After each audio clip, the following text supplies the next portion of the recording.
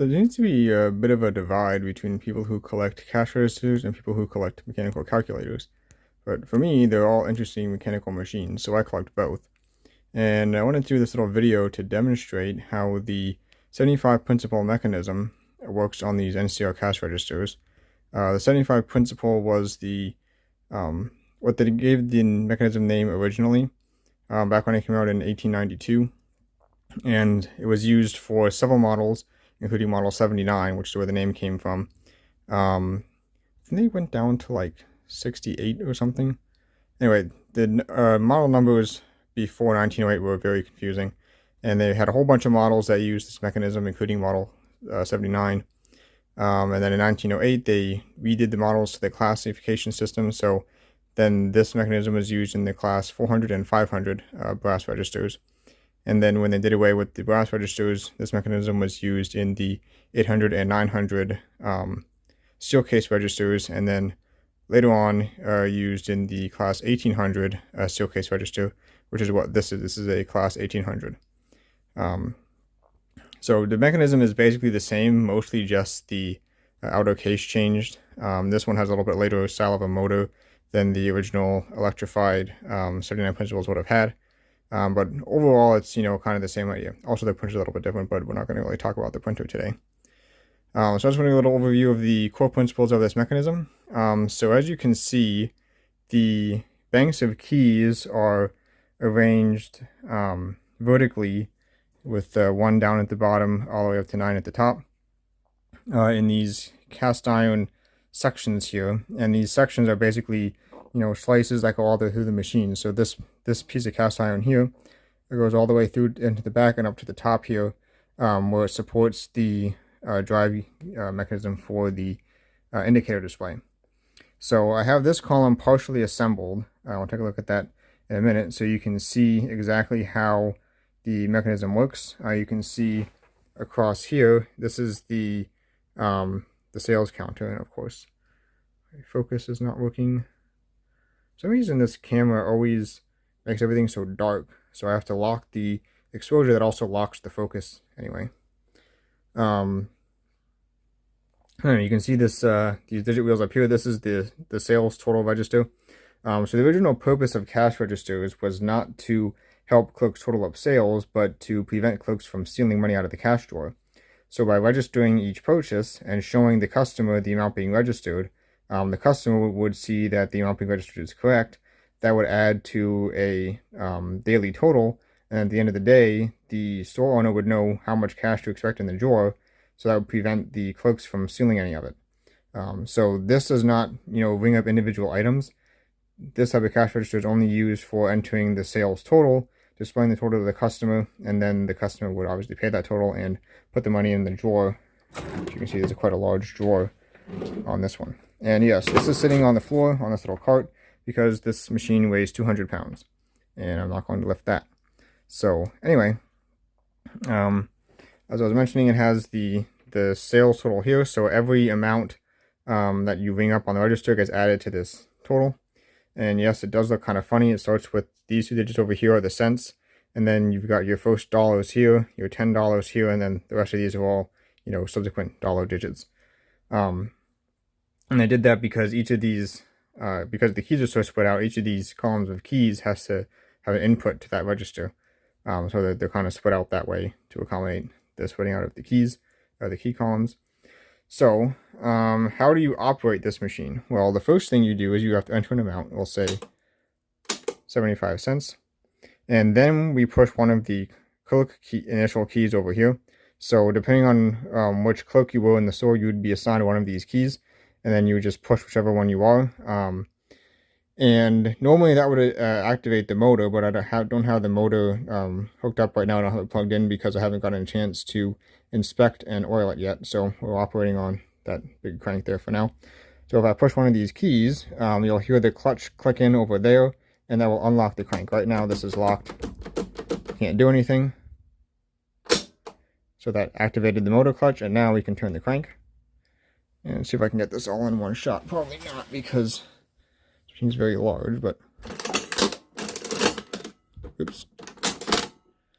That's one of the downsides. Without the case on, this gear can just pop in and out as it pleases, and that's what happened. Turning the crank, it just disengaged, so we'll pop that back in. So as you can see, there's 2 revolutions of the crank. As I hope you could see, there's 2 revolutions of the crank for each operation of the machine. It's just geared down that way. Not that it's hard to turn, it's actually very smooth, but I don't know, they just did it that way for some reason. So, how does this machine actually work? Well, let's take a look down inside, if we can. Try and light up my disassembled column here. So, as you can see, maybe, all the way up there at the top is a shaft, and then right there in the center is another shaft. And right here, in this column, I think, no, I'm looking at the wrong column, this column. So you can see the thing that's washed out right there in the middle, and that has a little arm that hangs off the bottom. There's a rod going from that up to a crank on that shaft in the back there. Hopefully you can, right there. So it's right in the middle there. That crank there in the back shaft has a rod going down here. So for every revolution of that back shaft, this shaft in the middle makes a back and forth motion. And that shaft in the back is just directly geared through these gears here on the side. So for every 2 revolutions of the crank, that shaft up there in the back makes 1 full revolution. And that also drives some other things like the register engagement and the carries, and see if I can take a look at that in a minute. So what is the point of this oscillating shaft down in the middle here? Well, if we look into my disassembled column, you'll see that it has this large cast iron lump attached to it. And that cast iron lump, when it rocks down, it will pick up this piece right here. You can see there's a little finger there. And that piece right there is what senses the key. So let me see if I can do this. I can position the flashlight in this, maybe not, in the same position. I think that will work. So if I push down the number 5 key here, what you'll see happen is this piece down here, which you can see goes back and then up to this little knob, this will pop back under spring tension. When that pops back, it allows this piece to move freely. And what will happen is, you can see at the very top of that cast iron arc there, where the grease is, there's a little cutout there. And there's a little finger on the back of that long finger piece that will drop into that cutout. So hopefully this will become apparent as I operate it. We're watching there, so I'm going to push this down, and then as I push this down, the key will protrude down through there. So let's see if I can get this in here. So the key itself, you'll notice that it moves this whole cast iron arc in there. So watch as I move the key. See that whole thing moving up and down? When that moves far enough, the tail of it will lift up beyond this lip and allow this piece to spring backwards. So let's see if I can get this all in one shot. As I push this down, see that? So now the key is locked down by that cast iron arc, and that cast iron arc is being held up by this piece, which has sprung back underneath it. And you can see that it has these little pointers on the arc itself. You see how that little pointer there is now in that cutout in the key, holding it in. So now what's going to happen, let me engage the clutch, is, so first that cast iron arc is going to rotate. See how it's rotating down? You can kind of see the cutout a bit better now. As soon as the cutout reaches the bottom, see how it popped in? So this finger piece has now popped backwards into that cutout, which means it's locked into that arc. So now that arc is going to drag it up, and you see the whole thing is rotating up there. And then this piece right here is going to contact the bottom of the key, which is protruding up here. And when it does that, it's going to rock backwards and pry that little finger up out of the indentation there. I'm going in the right direction. So right now it's contacting the bottom of the key. See, it's prying that up. Now that piece has stayed stationary as the arc continues its rotation. And it stays there. So it's by staying there, when the machine is now finished its cycle, it maintains the registration amount, which is $5, and you can see that's the $5 key. So I'm going to have $5 as a registration amount. So that's one of the big differences between cash registers and mechanical calculators, is that the cash register, has to maintain the registration after the cycle is complete. Versus on mechanical calculators, if they do have any sort of, keyboard dials or whatever, those will be cleared once the keyboard's cleared. But on this case, the keyboard's clear. You can see this key is now popped back up again and ready to be used, but the registration has remained. So that will now stay underneath the 5 key until the next cycle. When that cast iron arc locks out, it will be picked up, brought back down to 0, and then brought out again to whichever digit key is being pressed, or if there's no key being pressed, it will just stay down at 0. So I hope that makes sense as to how that part of it works. So that's the keyboard and the keyboard sensing part of it. Now, this piece here with the finger on it is attached to a large toothed arc, which I'm not sure if we're going to really be able to see. Maybe I don't think we're really going to be able to see that very well. Actually, if I put this back to 0, maybe you'll be able to see that. So now, when I turn the crank this time, you'll watch as the arc comes out, it'll pick up. You picked it up, it brings it back down to 0. Now it leaves it at 0, and we're done. So the cast iron arc is there. You can kind of see the very tips of the teeth back in there. So that cast iron arc there with the teeth on it is what drives both the register and the indicators at the top. So you can see the teeth right at the top there underneath that shaft. Those teeth back up in there are attached to this same, so that those teeth up there are also attached to this finger piece down here. So that's all one unit there. So those teeth engage with a gear, which you might be able to see back in there, back behind that shaft. Those teeth back there engage with that, and that gear engages with other gears. Don't really see which particular one it engages with to drive the indication, but somewhere in there it does.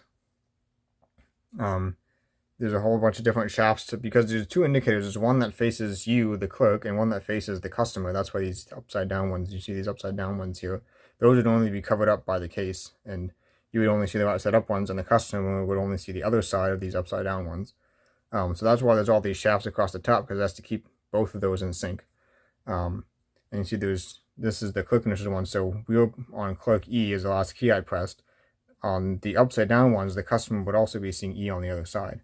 But anyway, so those are all geared together with these shafts, and then some of them are pinned, some of these wheels are pinned to the central shaft to transfer through. So yeah, I'm not exactly sure where that inputs to the indicators. You can see like on this one, that gear in the back directly drives a gear pinned to the shaft, and that would feed through to whatever indicator is pinned to the shaft, and so on. But yeah, anyway, so that gear will drive the indicators somewhere. So I don't exactly see where that takeoff is in that column. You can see like on this column, it's directly driving it through there. Anyway, it'll also drive this gear right here, and that is for driving the register. So you watch here, I'll push 5 again, and I'll push, what's my what I push? So you watch, so right now it's being reset. Now this gear is going to, after the reset is done and it starts moving, it starts picking up the finger and dragging the finger up to sense the key, this gear will drop back to lock this gear with this gear, and this gear, which is actually attached, you can see the number wiggling there. This is what's actually attached to the number. So see how it drops back in? Now, actually I'm focused on the wrong column. This column is the one that's driving. So you saw that when that dropped back in and this gear started turning, it was linked to this gear and drove the register forward wherever we pressed, which was five positions. So yeah, basically that cast iron ring, or that cast iron arc with the teeth on it, is attached to the finger. So when the finger moves up to sense the key, that those teeth on that rack are driving a gear all the way in the back, which is hard to see, which is driving, in this case, in this column, it's actually driving this gear. I was looking at this, which is in the next column, but anyway, actually driving this gear. That's, you know, the same for each column, but same idea. Driving this gear, which is selectively linked to the register by that gear. And the reason why it has to engage and disengage is because when the finger is reset, that arc is obviously going the opposite direction, so you don't want it to subtract from the register. So like now, if I leave that column at 0 and do a cycle, you'll watch this gear will turn backwards at first as the arc resets. Now it would engage, and if I had pushed another key, it would be driving out to that key. So that's why it has to disengage so that the indicators can be reset before it engages to actually drive out, or to actually drive the register to the appropriate position. So these things here are the carries, and those are controlled by arcs controlled by arcs which ride on cams on the shaft in the back. So I can roll this out and show you that shaft just so you get an idea what I'm talking about. So see, right now I've got 1 in that column. So let me do another cycle, bring it up to 6. And then now if I do another cycle, we should get a carry. So this wheel, as it turns from, I can get in here and show you, as it turns from 9 to 0, it will have a little finger that will poke on this piece. So get that in shot. Now it's driving out. So there comes the finger. Should be, yeah, the finger is right there. So you see how that finger popped this forward. So this is popped forward, and what's going to happen is when the cam pushes on the arc in the back and this rocks out, the tail of this piece which has popped forward has a hook on it, which will grab one of these leaves here. So grab one of these leaves here, and these leaves are attached to the digit wheel all the way over here. So you watch, when that arc comes out, should be soon. Yeah, so you can see the rightmost one's coming out. Now this one's coming out. See how it's moving the next digit? The next digit now has advanced 1 position, and as it moves all the way out, it pops back into its reset position. So I actually have a spare register that I'm going to show you some of these things in a minute, but before I do that, let me wheel this out and show you the shaft in the back. This is the back side of the register. You just got this nice cast iron frame in the back here. The gear train here on the side. So the crank engages with a large gear, which you can just see the top of right there. So the crank engages with a large gear. That large gear engages with this gear right here, and this gear is pinned to this shaft that runs all the way through and has all these ring-looking things on them. Those ring-looking things are actually cams. So if you look in the side there, you can see there's kind of like a little groove in it. So there's a roller that rides in that groove, and then on the center there's a little nub for the cam that will hit that roller once per cycle. A couple other things are on here. So this big one here is the register engagement. So that has a little link on it. You can see it heading up to the front. So when the cam on this big ring here hits that roller, it will push that link forward, which will rock those gears that we saw coming back to engage the register. And all these little ones are for those carry fingers. And you can actually see here, right down here in the bottom, is that tail end of that cast iron arc. You can see all the teeth on that. So that is one piece with that finger up in the front. You can actually, if you look in here, you can kind of see, it'll focus on it. You can kind of see the whole thing there. It's all pivots on that oscillating shaft down in the bottom. You can see if you look, you can see all the way up in the front, there's the finger up there, and then that's attached to that same arc which comes all the way back here. So that's all one piece. Some other things that are on this shaft, like I said, here's that crank that goes down to rock the oscillating shaft. This thing right here is a shaft here that locks the indicators. So this will, when the cam pushes this, see, when the cam releases this, this will spring into the register, and then that will allow this shaft to rock this way, which will lift little fingers out of locking. As you can kind of see them down in there. So next to the gear teeth, there's little like indents in the wheel. Those are the locking, where these locking fingers lock into there to lock the indicators in a fixed position, so everything lines up nicely for the customer to see. So you can see, like here we've got 0500, everything's in perfect alignment. That's what those fingers do. Because there's going to be some amount of backlash and stuff in the gear teeth, so the gears will drive them pretty close, and then these locks snap in to lock them exactly in perfect alignment, so everything looks nice. So that's driven off this cam on that main shaft. This one right here next to the big wheel unlocks the drawer, so you can see it's got a link going down here to the drawer pin. That's the drawer lock pin. This here is if you have multiple drawers. So this register only has one drawer, but some registers had the option for you to have a different drawer per clerk. So depending on which clerk key you press will determine which drawer pops open. So there would be a shaft that would run through there, and then would pivot depending on which clerk you were, or which clerk key you pressed. Depending on where it pivoted to, it would determine which drawer gets unlocked. This only has one drawer, so nothing is populated there. Yeah, you can also see here, this thing right here is the motor clutch. It's kind of like a selective sprag clutch. Inside that drum are 3 little, let's call them little cylinders. They're not really balls, they're actually almost like a cylinder type thing. And then when the clutch engages, there's little ramps that push those rollers, I guess you could call them, up against the inside of this drum and lock the drum to the main shaft. And then you can see there's like a worm cut there. That worm cut engages with a worm gear.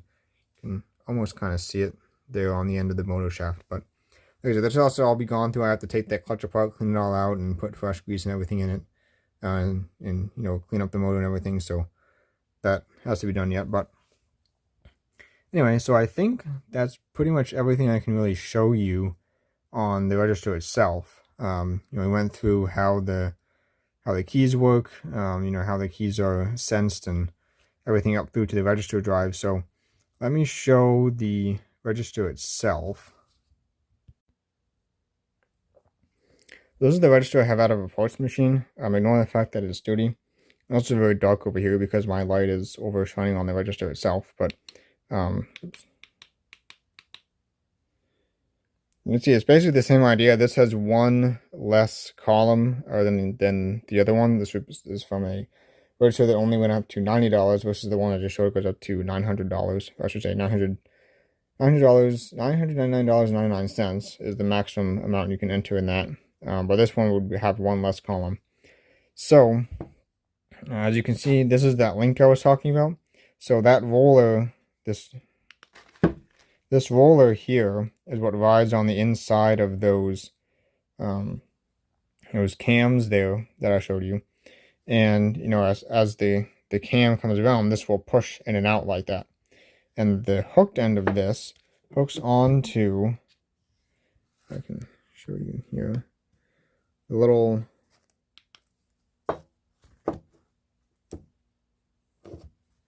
these little things on the back of here. So this would actually hook on, something like that, so that when the cam rotates around, this will rock that. And that's what we saw, those carry fingers rocking out on the register. So those carry fingers, as you can see, this thing right here is the carry chip. So as the digit wheel rotates around, this will push on this and pop it out. You can see that.